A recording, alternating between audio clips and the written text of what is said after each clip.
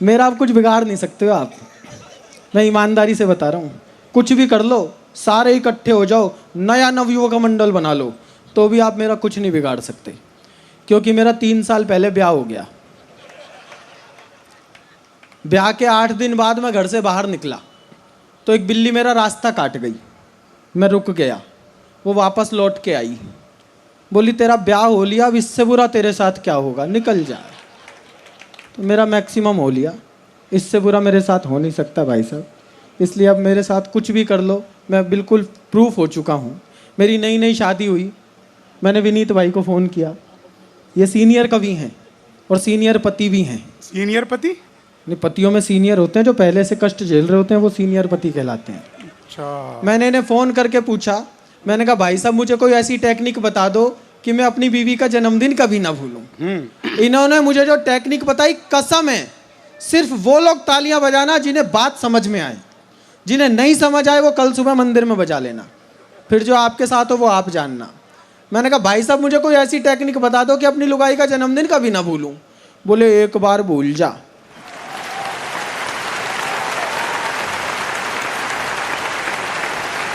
मैं समझ गया भाई साहब आगे सुख से जीवन कैसे जीना है। तो अपन ने तो टेक्निक सीख रखी है। ऐसे ऐसे सवाल करती है दुनिया में, कोई माइका लाल उनके जवाब नहीं दे सकता। पिछले दिनों मेरा जन्मदिन आया तो बड़े रोमांटिक मूड में आई, जानू मैं तुम्हें बर्थडे पर क्या गिफ्ट दूं।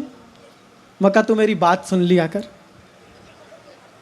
घर में हंस बोल कर रह लिया कर, कभी ये सब मेहमान लोग आ जाए इनकी इज्जत कर लिया कर, इतना बहुत है। अगली ने 2 मिनट तो सोचा जी, फिर बोली ना मैं तो गिफ्ट ही दूंगी। तो अपना काम गिफ्ट से ही चल रहा है। वो वही करती है जो वो करना चाहती है और हमसे भी वही करवाती है जो करवाना चाहती है। उसके बिना हम कुछ नहीं कर पाते। दिन में 20 बार एक ताना देती है, तुमने मेरी जिंदगी नरक बना दी। कोई ढंग का मिला हो तो तुम्हें कितनी खुश रहती, जैसे हम नहीं मिलते तो इन्हें कोई धनपति कुबेर मिल रहा था। लेकिन बोलती है भाई साहब, एक दिन मैंने यहीं लपक लिया। मैंने कहा देखो, मनुष्य यदि प्रसन्न रहना चाहे तो प्रसन्नता उसके भीतर होती है, बाहर की स्थितियां उसके सुख और दुख के लिए जिम्मेदार नहीं होती।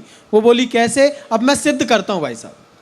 मैंने कहा इन महिलाओं को आप स्वर्ग में भी छोड़ दो, इससे बढ़िया जगह तो नहीं बनाई जी ब्रह्मा जी ने, वहां पे इनकी कोई सहेली मिल जाए। पहला संवाद क्या होगा? अप्सरा को देखा, देखो ड्रेसिंग सेंस ही नहीं है, कैसे कैसे कपड़े पहनती है। एक हम साहब, हमें आप नरक में भी छोड़ दो, वहां हमारा कोई दोस्त मिल जाए, एक ही बात पूछेगा, यमराज की बेटी देखी। बहुत अच्छे। हम तो किसी भी स्थिति में खुश रह लेते हैं भाई साहब, हमारा क्या बिगड़ सकता है। हम सादा जीवन उच्च विचार जीने वाले लोग हैं भाई साहब, बहुत सादे लोग हैं। सच बता रहा हूँ, इन औरतों को देखो, एक लाल रंग की लिपस्टिक के भी 300 नाम बता देंगी। ये वाली लाल है, ये वाली लाल है, ये वाली लाल है। हम सीधे साधे पुरुष कंडीशनर से सिर धो के बाहर आ जाते हैं, सारा दिन सोचते रहते हैं बिना झाग वाला शैम्पू घर में कौन लेकर आया था। हम इतने सादा लोग हैं, कहाँ तक बर्दाश्त करें साहब, कैसे कैसे जीवन जी रहे हैं। हमारे यहाँ पति पत्नी संबंधों की बहुत बातें होती हैं, क्यों होती हैं आज उसका बेसिक कारण आपको बता देता हूँ। हमारे यहाँ एक परंपरा है, पति और पत्नी में कितना भी प्रेम हो, 24 घंटे में एक बार झगड़ा जरूर करना है, ये नियम है। बाद में ये नियम टूट ना जाए इसलिए इस कार्यक्रम को सुबह सुबह निपटा लिया जाता है। आदमी झगड़ा करके काम धंधे पे निकल जाता है, औरत घर में कुड़ती रहती है, सोच सोच के सुबह के इतने से कलेश को शाम तक इतना बड़ा बना लेती है।